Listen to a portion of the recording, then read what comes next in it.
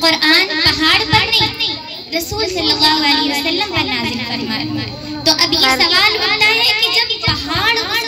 اس کے بوجھ کو نہیں اٹھا سکتے تو پھر ہمارے نبی کے دل نے کیسے اسے برداشت کر لیا؟ تو وہ اس طرح کہ انہیں اللہ پر پورا یقین تھا، ان کا دل ایمان کے ساتھ مضبوط تھا، تب انہوں نے قرآن کے بوجھ کو سنبھالا اور اس کے ذریعے ہزاروں لوگوں کو دین کی دعوت دی۔ تو یہ اس قرآن ہے، کسی شاعر نے یہ بھی کہا ہے کہ کتابوں میں جو افضل ہے اسے قرآن کہتے ہیں، کتابوں میں جو افضل ہے اسے قرآن کہتے ہیں، اسے جس نے اتارا ہے اسے رحمان کہتے ہیں۔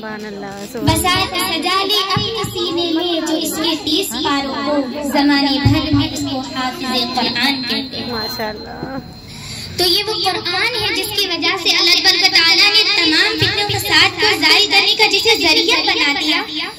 تو پھر ہم اس کے ساتھ اس طرح بے انصاف ناانصافی نہیں کر سکتے، اسے ٹانکوں میں نہیں سجا سکتے۔ لیکن ہمارا کیا ہے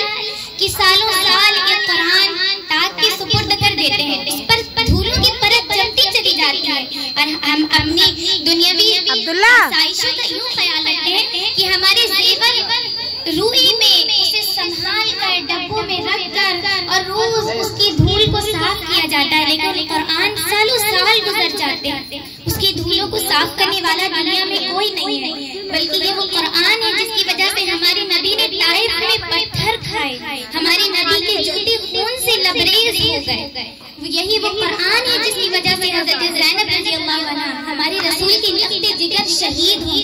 حضرت حسن اور حسین کی شہادت سے قرآن کی وجہ سے۔ بہت سے واقعات ہیں لیکن وقت کی قلت کی وجہ سے یہاں بیان نہیں کیے جا سکتے، تو اس قرآن کے پیش نظر اس مجلس کا آغاز قرآن سے ہی کرنا چاہیے، کیونکہ جو قرآن ہی باعث عظمت ہے تو پھر ہماری مجلس بھی اسی سے بابرکت ہو سکتی ہے۔ تو اس کے لیے میں دعوت ادائی دیتی ہوں حافظ زبیر صاحب کو کہ وہ آئیں اور قرأت پیش کریں۔